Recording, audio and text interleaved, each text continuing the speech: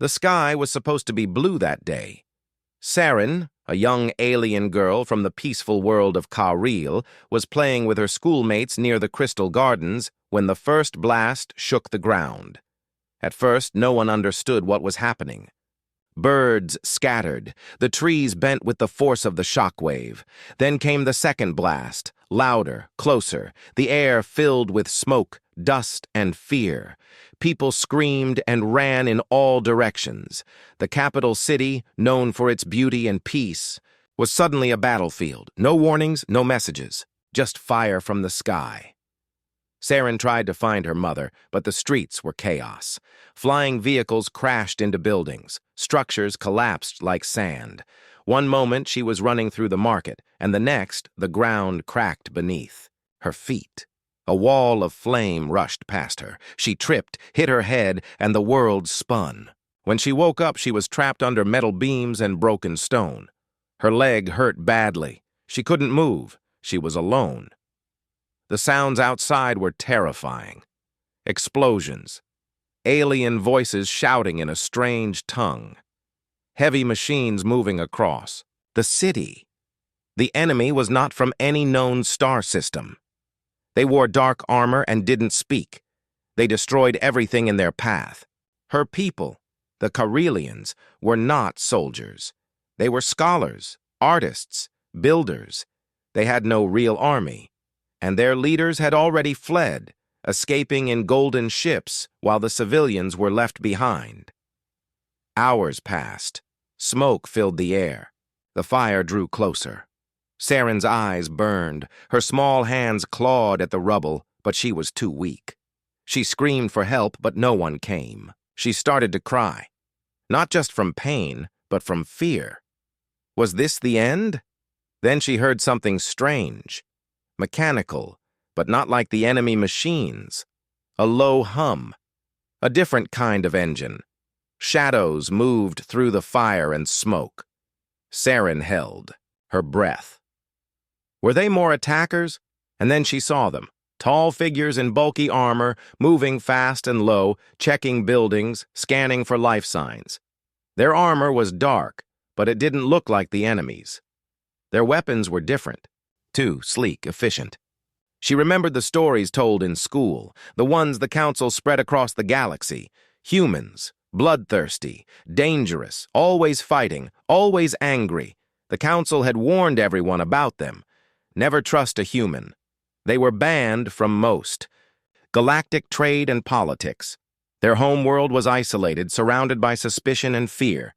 It was said that they only helped if they could gain something in return, but now it was humans who had come through the fire. One of them, smaller than the others, broke away from the squad and knelt beside her. He took off his helmet. His face was dirty and scarred, but his eyes were kind. He spoke gently, slowly, in a translator-supported voice. "Hey, you're okay. We got you. Stay with me." Saren couldn't speak. She just stared at him. Confused, shaking. The human carefully lifted the beam from her leg with a small exosuit's help. She screamed in pain, but he didn't stop. Another soldier handed him a med patch. They worked fast, wrapping her injury and giving her water. Behind them, 2 more humans watched for enemies. "Why?" Saren whispered. "Why are you here?" The soldier looked at her, surprised by the question. "We heard what happened. Your leaders ran. We didn't." "They say you're monsters," she said faintly. He smiled sadly. "Maybe, but not today." He picked her up gently, cradling her like she was made of glass, and ran through the ruins. The squad followed, moving fast, using smoke for cover. Above them, enemy drones searched the ruins, scanning for survivors. But the humans stayed low. Smart, experienced. Their ship was hidden behind a collapsed bridge. It wasn't large, maybe built for fast rescue or infiltration. As they boarded, the soldier gave a quick order. "Go! Go! We've got her!" The engines roared and the ship lifted just as enemy fire exploded behind them. The humans didn't fire back. They just left. Inside the ship, Saren was given oxygen and warmth. The medic checked her injuries. She looked around at these strange people. So different, so feared, yet they were the only ones who came for her. Outside, the city burned. Inside, she was safe. And for the first time in her short life, Saren saw something her teachers never told her, something the galaxy refused to believe. The monsters weren't the humans.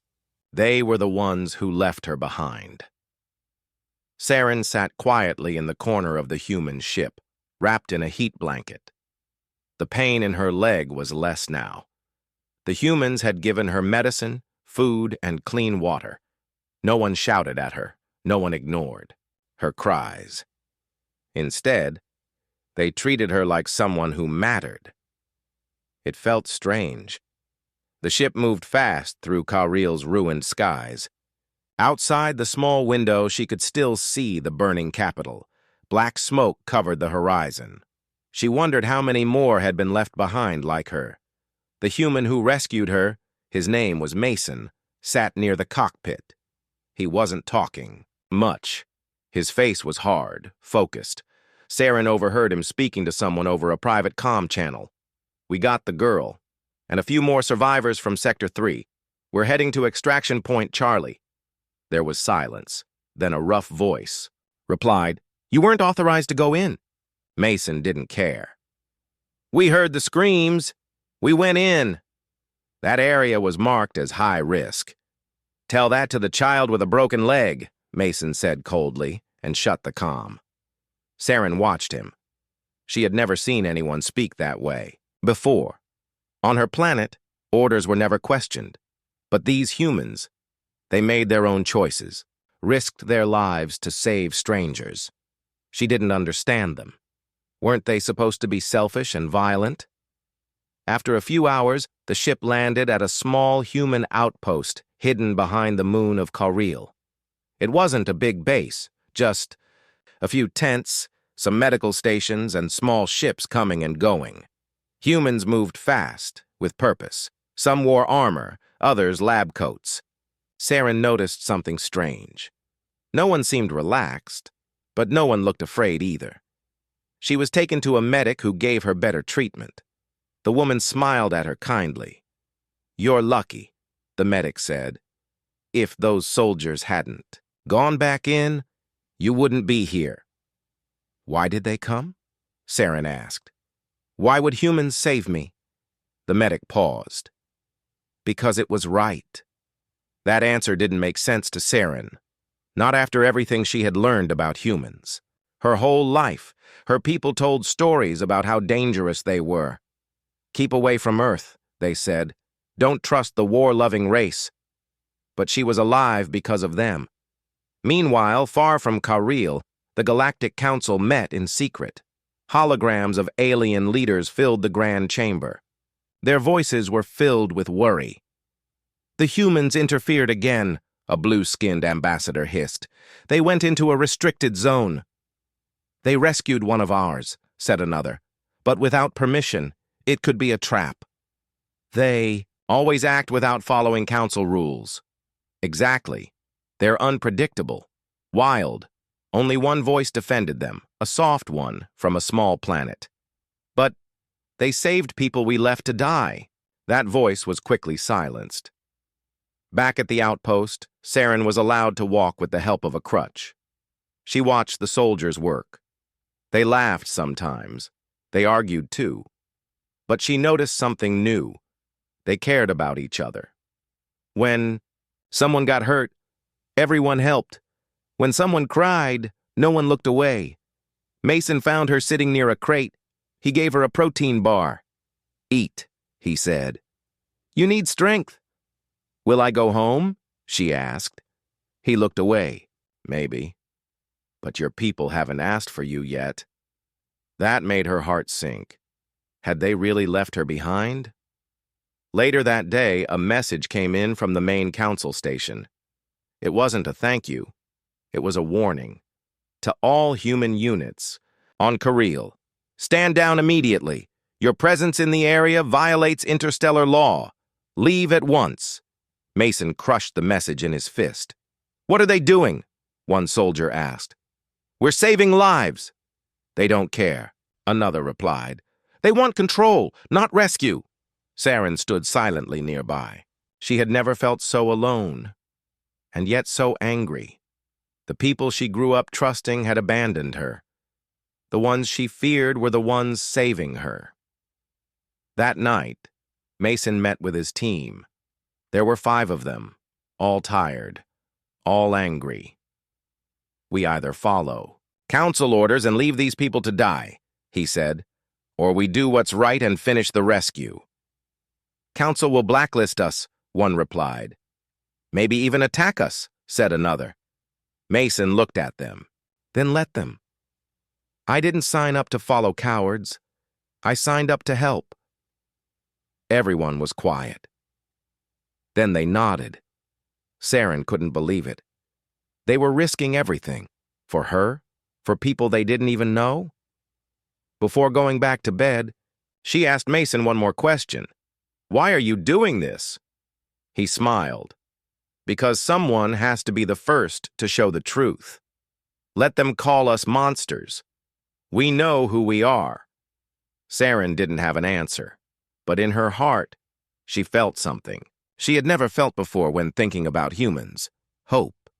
The stars above Kareel looked cold and silent, but there was no peace beneath them. Saren sat near the window of the human outpost, watching ships fly in and out. The humans were working harder than ever. They had started new rescue missions, quietly entering destroyed cities, pulling out survivors. Every day, more people came, injured, scared, lost. And every day, Saren saw the same thing in the humans. They never gave up. But the council was not pleased. On the second night, warning, drones circled above the human base. They didn't attack, but they made their message clear. You are being watched. Soon, official ships from the council began to patrol nearby, not to help, but to spy. The same leaders who had abandoned Kareel were now angry that someone else was saving it. Saren overheard the humans talking. The council had called the human fleet dangerous and unstable. They accused them of interfering in local matters, breaking intergalactic law. A full investigation was ordered, but while the council talked, people were dying, and the humans kept saving them. One morning, Mason gathered his team and checked the latest map of the ruined city. "There's a group of refugees hiding near the water tunnels," he said. "We move at night.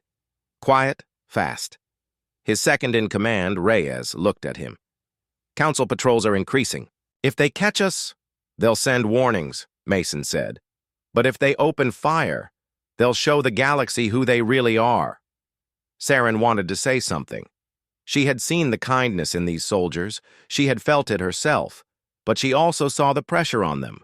These weren't rich men with power. These were normal humans, risking everything. Before the team left, Mason handed Saren a small device. "If something happens, press this. It'll signal us." "You're coming back, right?" she asked softly. He smiled, but didn't answer. That night, the mission began. The streets were dark and quiet. Human boots made no sound. Drones scanned ahead. The team moved like shadows through smoke and ruins. Reyes found the hidden entrance to the tunnels, and inside, they found a group of 20 frightened aliens. Children, elders, injured people. No food, no water. "We're getting you out," Mason whispered. But as they prepared to leave, a light flashed outside. A council scout ship had spotted them. Mason cursed. "Move now!" The group ran through the tunnels, the humans protecting the civilians on every side. Behind them, council soldiers dropped in, shiny armor, official badges, weapons ready. But instead of helping, they blocked the exit. "You are violating council orders," a voice said through a speaker. "Stand down." Mason stepped forward. "We're evacuating civilians. You left them here. You are not authorized. This is your final warning." Behind Mason, the rescued aliens cried in fear. But Mason didn't move. He raised his weapon, not to fire, but to show he wouldn't back down. If you want to stop us, you'll have to shoot through these people. The council soldiers hesitated. They were trained, but they weren't killers. Not openly, not on camera. Reyes, meanwhile, had started recording everything. If the council attacked, the whole galaxy would see the truth. After a long pause, the council ships backed off. No shots fired, just silence. Mason led the group back safely. Another mission, another success. But the tension was rising. Back at the outpost, Saren hugged the rescued children. Some of them were from her own school. They asked her who saved them. She pointed to the humans.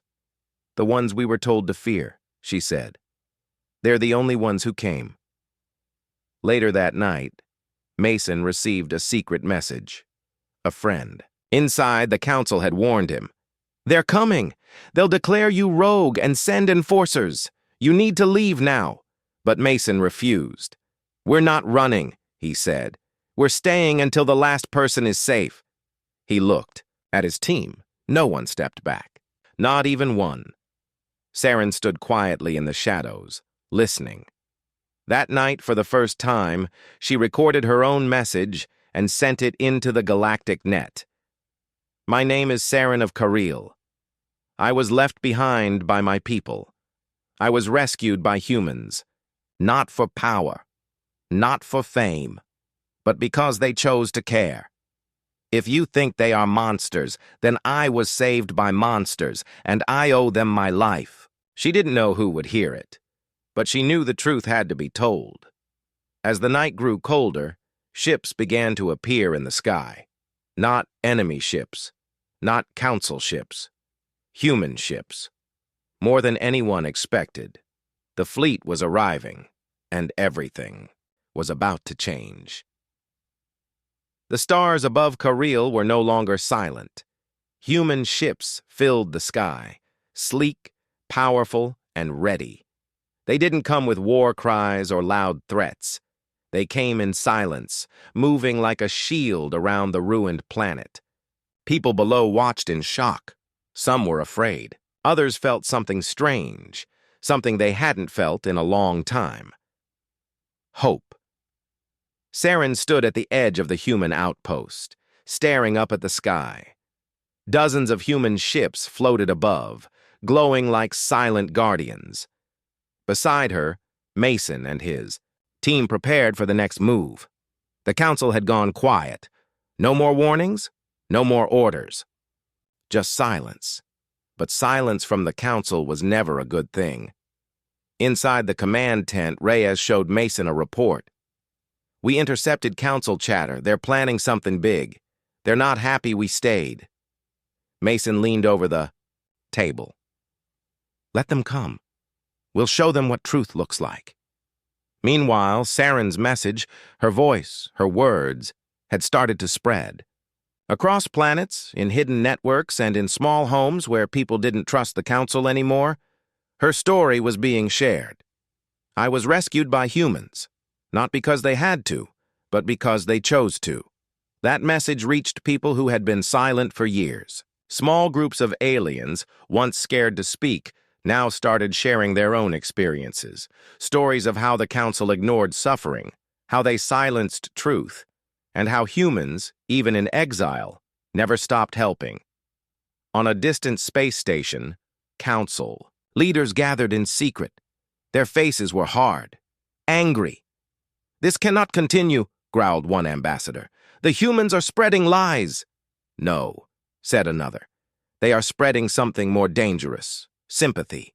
The head of the council, a tall gray being known as Varen, stood up. They are waking the galaxy. We must act before the people begin to question our control. And what will we say? Asked a younger member. That we let a child die. That humans saved a world we abandoned? Truth is what we say it is, Varen snapped. Prepare the strike force. We'll remove the humans, quietly. Back on Kareel, the outpost prepared for trouble. Mason could feel it in the air. He walked outside, watching the stars. Saren joined him. They're coming, aren't they? Yes, he said, but we're ready. That night, a secret signal was received. A small ship approached the human fleet under a white flag. It carried one passenger, a council diplomat. She was young, nervous, and alone. She asked to speak with Saren. They met in the command tent. "My name is Vel," the alien woman said. "I came against orders. I saw your message. I believe you." Saren stared at her. "Then help us. Tell them the truth." Vel shook her head. "They won't listen to me, but I brought something." She opened her small pack and pulled out a data crystal. "These are the records of what the Council did on Kareel. They knew the attack was coming. They chose not to warn the people. They wanted to protect their own power, not lives." Mason stepped forward. "Why give this to us?" "Because the galaxy deserves to know," Vel said quietly. "And only humans are brave enough to tell it." Mason took the crystal and looked at Saren. "We need to broadcast this." Reyes nodded. "We'll send it across every channel we've got." As they uploaded the files, the truth spread like fire. The Council knew about the enemy. They had data weeks before the attack. They hid it. They protected only their own cities, and they left the rest of Kareel to burn. Across the galaxy, people began to speak. Protests started. News networks, once silent, asked questions. The Council tried to block the feed, but it was too late. The truth was out. And then the Council made their move. Ships dropped from hyperspace above Kareel, big, dark, and full of soldiers. No flags, no names. Just one purpose: to erase the human outpost. Inside the base, alarms screamed. "They're jamming signals," shouted Reyes. "We can't call for help." Mason stood tall. "Then we fight." The humans prepared their weapons. Saren was taken to the safe room with the rescued civilians, but she didn't feel safe. She felt angry. The Council wasn't just attacking soldiers. They were attacking truth. The first blasts hit the edge of the outpost. Dust and fire rained down. But the humans didn't run. They stood. They fired back, and the galaxy was watching. Somehow, the human fleet had broken through the jamming. There, ships appeared above the outpost and fired a warning shot, not at the Council ships, but right in front of them. A message was broadcast. "This is Captain Lin of the Terran Free Fleet. We are not here to conquer. We are here to protect. If you fire again, we will respond. Choose wisely." The Council ships paused. Across every screen, Saren's voice played once again. "They saved me when my own people left me behind." And with that, the battle stopped, at least for now. The Council had been exposed, and the humans were no longer alone. The night was quiet again, but it wasn't peace. It was the silence before a storm. Saren sat in the command room with Mason and his team. The data crystal Vel had given them had changed everything. The galaxy now knew the truth. The Council had betrayed Kareel. They had known about the attack. They had let people die. But instead of apologizing, the Council was preparing for war. A message arrived from Earth's command. The human fleet was ordered to prepare for full defense. The Terran Free Fleet was ready to protect Kareel, but not just Kareel. Other planets had started asking for help too. People across the galaxy had seen Saren's message. They were angry. They were afraid. But most of all, they were waking up. Mason looked at the map of the galaxy. "It's spreading," he said. "Other colonies are starting to push back. The Council is losing control." "But they won't give up easily," Reyes added. "They'll try to crush us before we get stronger." In a small council chamber far away, Ambassador Varen slammed his fist on the table. "This girl, this Saren, has poisoned the galaxy," another council member spoke carefully. "No, Ambassador, she only told the truth, and the humans delivered it." "Then we silence them all," Varen shouted. Behind closed doors, the council signed a secret order, a black operation, no official name, no public approval. Just one target: destroy the human fleet on Kareel. Back on the planet, Saren was walking through the base when she saw something new. A small group of alien refugees were training with human soldiers. They were learning how to defend themselves, how to protect others. One of them, a tall creature with orange skin, noticed Saren watching. He walked over. "You're the girl in the fire," he said. "My family was saved because of you." Saren smiled shyly. "I didn't do much." "You spoke," he said. "Sometimes that's more powerful than weapons." That night, Saren joined Mason and Reyes as they reviewed reports. One of the scouts had picked up strange movements near the orbit of Kareel, a hidden fleet, too quiet, too close. "It's them," Mason said. "They're coming," Reyes nodded. "And they're not coming to talk." Mason sent a message to the fleet. "We hold the line. If they want to erase the truth, they'll have to come through all of us." The outpost was put on high alert. Turrets activated, drones launched into the sky. The refugees were moved deep underground.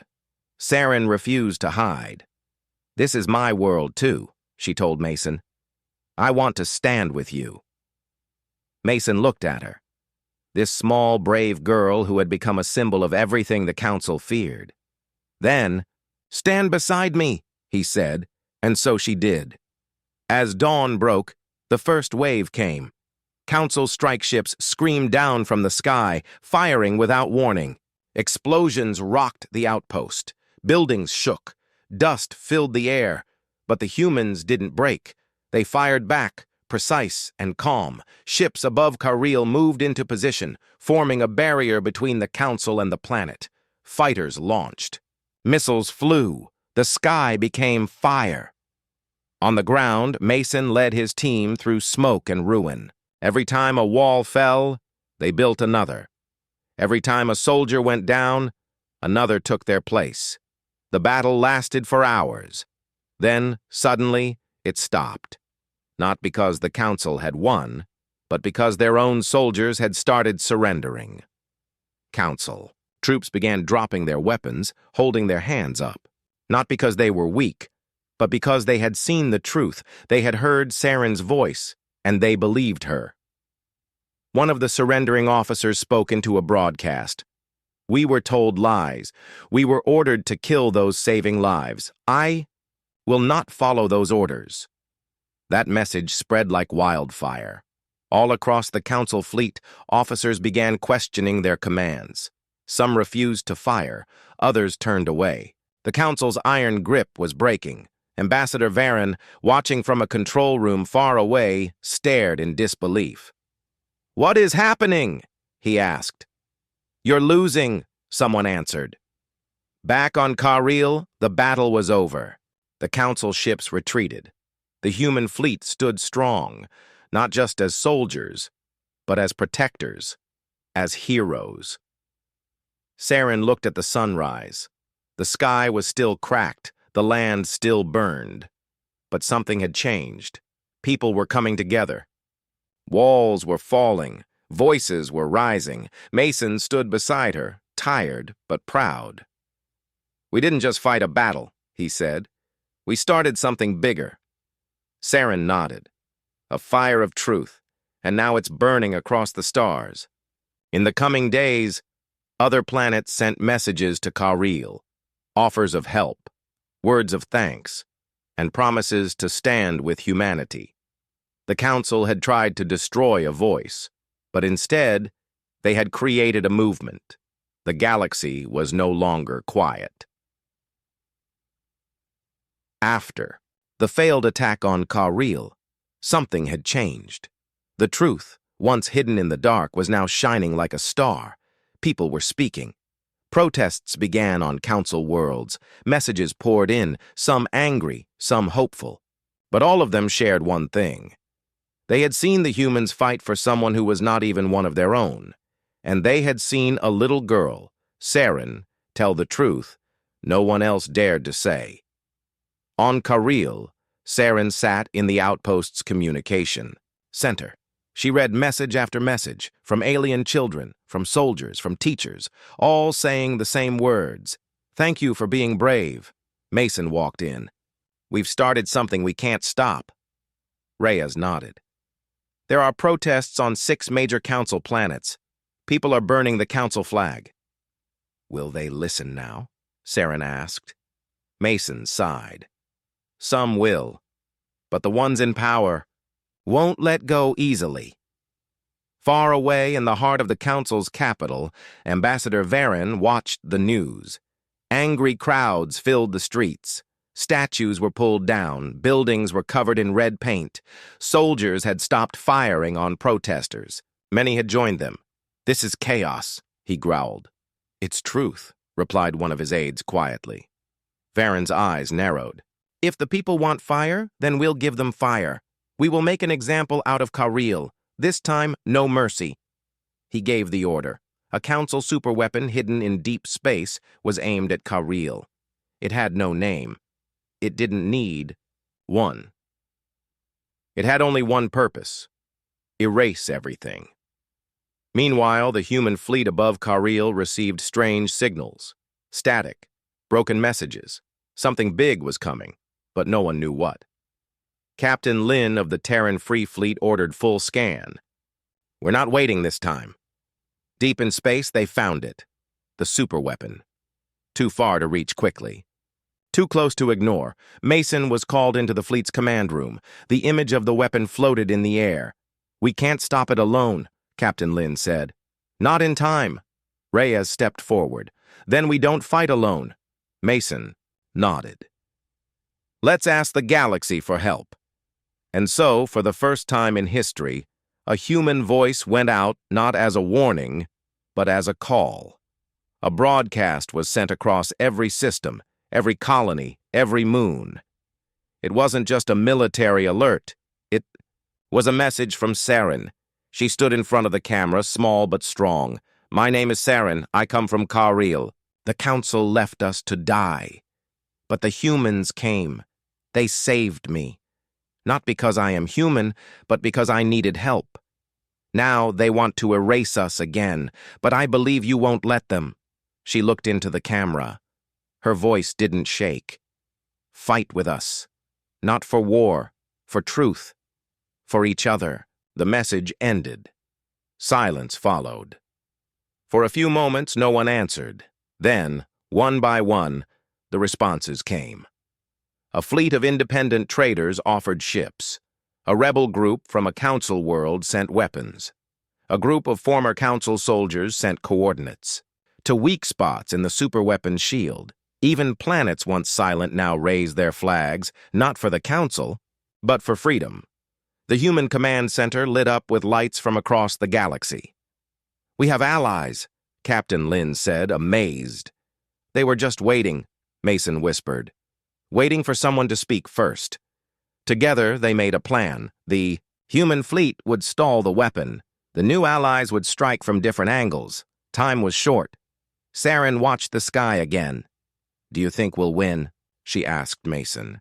He looked at her, his face hard but kind. "I think we already have. We showed them we won't be silent. That means something." Above Kareel, the final battle began. The Council's superweapon came into range.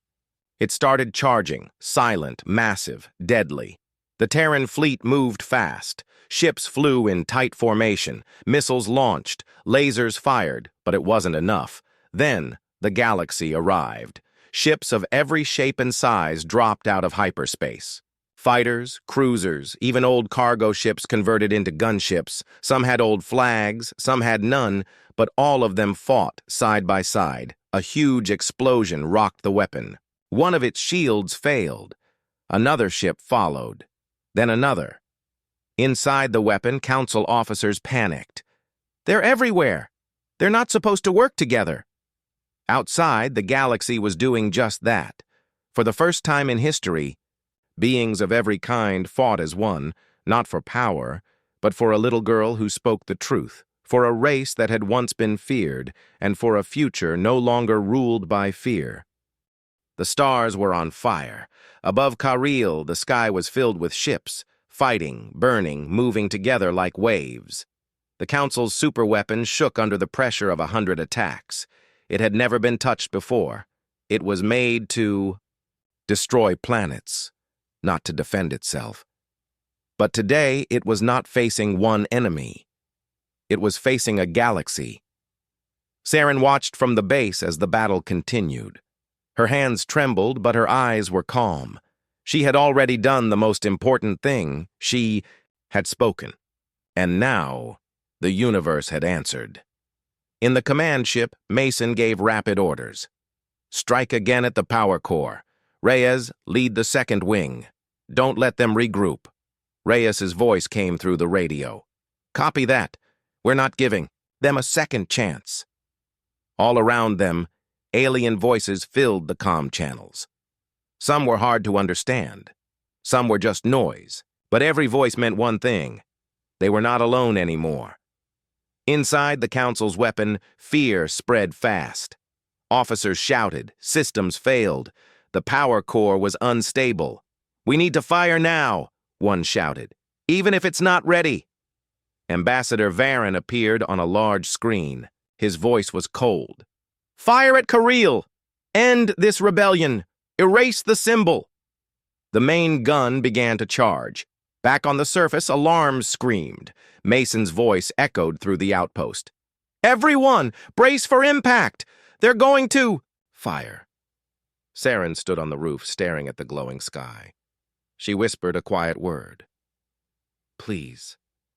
But someone had heard her. One of the Allied ships, small and fast, raced past the fighting. It was a courier ship, not made for battle.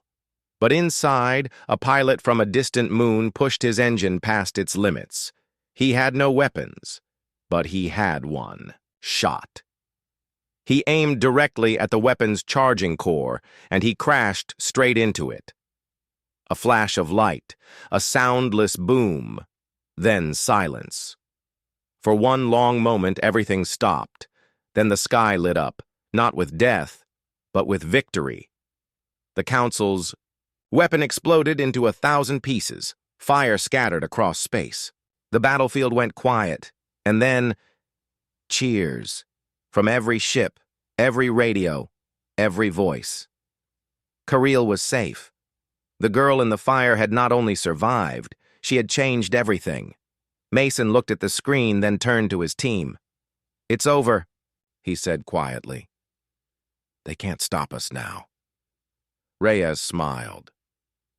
Not after today. Over the next few days, the Council tried to hold power, but their fear had already spread. Their lies had been exposed. Their weapon was gone. And the galaxy had seen the truth. One by one, systems pulled away. One by one, people chose freedom. The Council fell, not in a final battle, but in silence. Their chambers were empty. Their flags were torn down. A new council was formed, not by humans, not by soldiers, but by voices from across the stars. A real alliance, built on trust. At the center of it all stood Earth and Kariel and Saren. She became more than a symbol. She became a speaker, a traveler. She went from world to world, not as a hero, but as a reminder that even a small voice can light a fire. Mason and Reyes stayed in the fleet. They helped build peace. They trained new protectors, not just humans, but anyone willing to fight for what was right. One day, years later, Saren returned to Earth. She stood before a hall filled with thousands of people, young and old, human and alien. She told them the story, about a girl who had no one, about humans who came anyway, about fire and truth and unity. When she finished, the crowd stood in silence, then applause, tears, and hope. As she walked outside, a young alien girl came up to her. "Are you really Saren?" the girl asked. Saren smiled. "Yes." "You were in the fire?" "Yes." "Were you afraid?" Saren looked up at the sky. "Yes," she said, "but I wasn't alone, and that made all the difference." The stars above were quiet now, but they weren't silent. They remembered. They remembered the betrayal. They remembered the voice. They remembered the fire, and they remembered the humans, once called Bloodthirsty, who had come not to conquer, but to protect. In the end, it wasn't war that changed the stars. It was kindness. It was courage. It was a choice.